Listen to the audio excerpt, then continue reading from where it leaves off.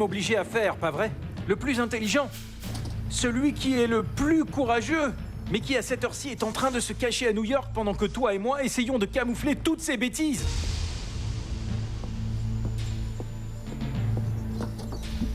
Bernardo! Bernardo!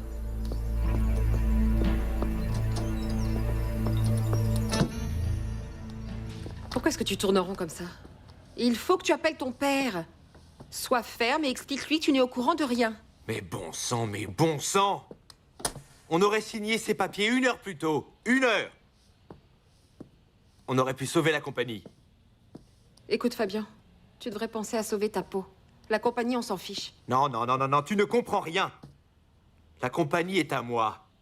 C'est le projet d'une vie. C'est la raison pour laquelle je me suis tant battu.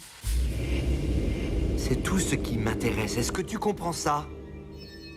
Eh bien, tu aurais peut-être dû y penser avant de faire des exportations fictives.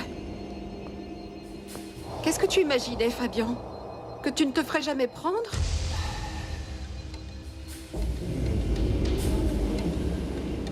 Pourquoi tu me regardes comme ça?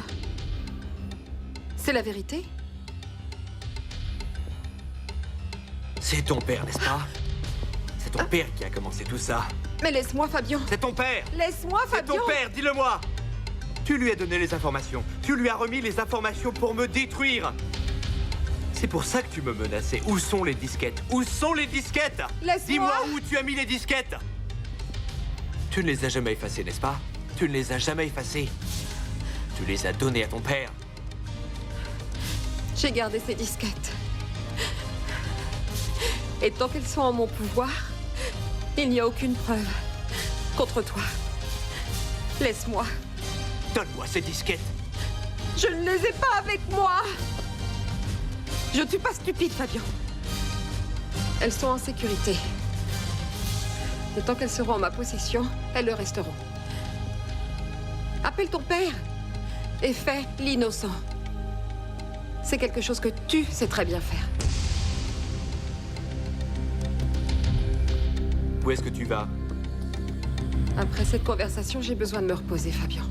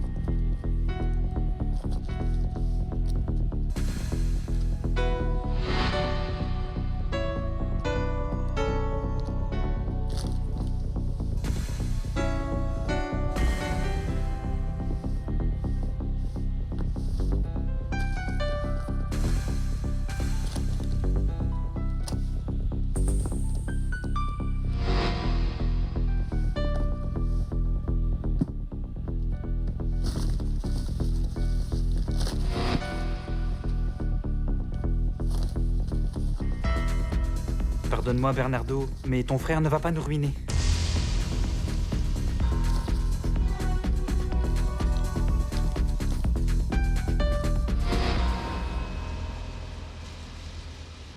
Je m'en fiche, Fabien. Je veux te voir ici immédiatement. Calme-toi, qu'est-ce qui se passe? Comment ça, qu'est-ce qui se passe? Tu veux vraiment savoir ce qui se passe? On vient tout juste de perdre notre licence d'exportation. Nos comptes en banque sont tous bloqués. Et toi, tu vas bientôt finir en prison. Voilà ce qui se passe, Fabien. Comment?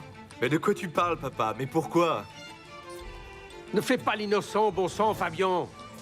Je te jure que je ne suis au courant de rien. Explique-toi, s'il te plaît. Non, attends un peu. J'étais en train de t'appeler précisément parce que la banque a refusé de nous accorder le prêt. On m'a dit que la compagnie avait de gros problèmes d'argent et... Comment ça, le prêt nous a été refusé? Oui, c'est pour ça que je t'appelle. Le gérant de la banque a été catégorique. Mais s'il te plaît, explique-moi tout, papa. Ça concerne des exportations frauduleuses. Voilà de quoi il s'agit. J'ignore comment Carlos Fontalvo les a découvertes, mais il a mené son investigation. Il a alerté le conseil, qui a également mené son enquête, et ils ont tout découvert. Mais bon sang, qu'as-tu fait, Fabian? On est sur le point de tout perdre, et tout est de ta faute. Je te jure, papa. Je n'ai absolument rien à voir avec tout ça. Je n'ai rien fait du tout. Que faut-il que je fasse pour te le prouver? Tu dois rentrer ici et assumer. Il faut que tu rentres et que tu me montres. Reviens ici et prouve-moi ton innocence. Ne rajoute pas un mot de plus et reviens immédiatement.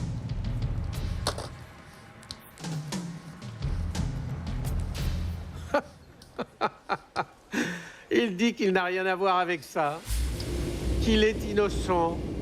Il va falloir qu'il le prouve. Il faut que je le croie, Georges. Je dois lui faire confiance. C'est mon fils quand même.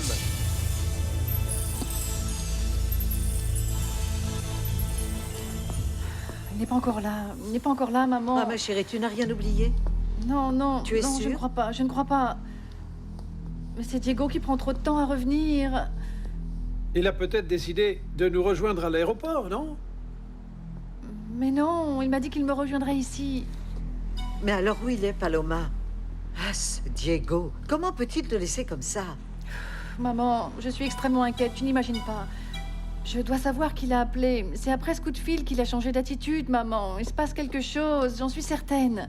Ah, il est terrible, ce garçon. Bon, ma chérie, ne t'inquiète pas, d'accord? Monsieur Latorre l'a sans doute appelé parce qu'il avait des nouvelles. Oui, oui. Oui, c'est peut-être ça. Je vais profiter du temps que j'ai pour aller dire au revoir à Monsieur Avellaneda, maman. Quel problème, mon Dieu. Ah, c'est pas vrai.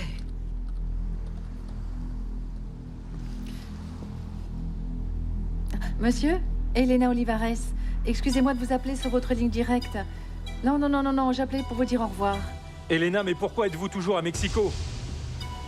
Eh bien, je suis sur le point de partir de chez moi pour aller à l'aéroport. Très bien, Elena. Appelez-moi dès que vous arrivez à Londres. Mais je vous en prie, partez tout de suite. Oui, oui, oui, monsieur. Elena, faites un bon voyage. Et je vous souhaite bonne chance. Merci. Il se passe vraiment quelque chose d'étrange, maman.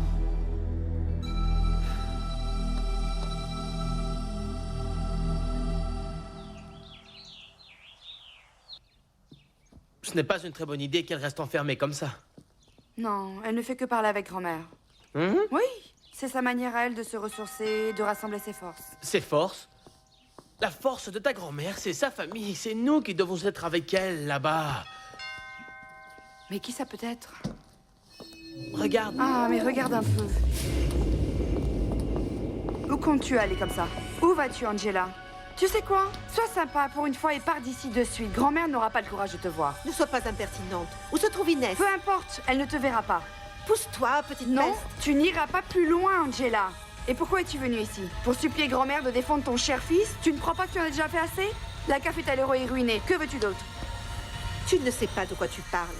Laisse-moi passer, sinon je ne sais pas ce que je vais te faire. Écoute, Angela, la meilleure chose que tu puisses faire, c'est trouver un bon avocat pour Fabian. Quelqu'un d'aussi tordu d'esprit et spécialiste dans les mensonges pour lui éviter toute sa vie en prison. Tu te trompes? Celui qui a besoin d'un bon avocat, c'est plutôt Diego, ton cher frère. Diego est le vrai coupable. Diego est sa chère saisonnière.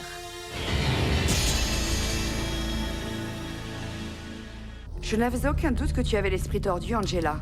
Tu vas jusqu'à accuser Diego et Paloma pour les crimes que ton cher fils Fabian a commis? Tu es une femme géniale, Tata. Je n'en doutais pas. Écoute, Daniela, si toi ou Diego ou le reste de la famille avait l'intention de crucifier Fabian, vous vous trompez lourdement. Mon fils ne sera pas un martyr qui payera pour les crimes des autres. Non, non. Rassure-toi, ça ne m'est même pas venu en tête. Ton fils ne peut même pas assumer ses propres erreurs. Mais tu sais quoi? Ne sois pas si sûr de toi. Ce n'est pas une question d'accusation. Les évidences sont là et jusqu'à présent, tout porte à accuser Fabian. Ah, Daniela, Daniela. De toute évidence, toi aussi, tu t'es fait berner stupidement par Diego. Écoute, Angela, il n'y a qu'une chose à faire. Laissons les autorités décider, rendre leurs propres conclusions, d'accord? Laissons-les condamner le vrai coupable. Et je te promets que dès que ton fils sera mis en prison, je passerai avec plaisir lui dire bonjour. Eh bien, j'en ferai de même. Mais c'est à Diego que j'irai rendre visite. Ok. Très bien. Voilà ce que j'étais venue dire à Inès. Mais maintenant que tu es au courant, Mhm. tu lui passeras toi-même le message. Oui. Et fais en sorte de tout lui dire. De façon à ce qu'elle ne se plaigne pas de ne pas avoir été prévenue. C'est ça. Elle accorde sa confiance aux mauvaises personnes.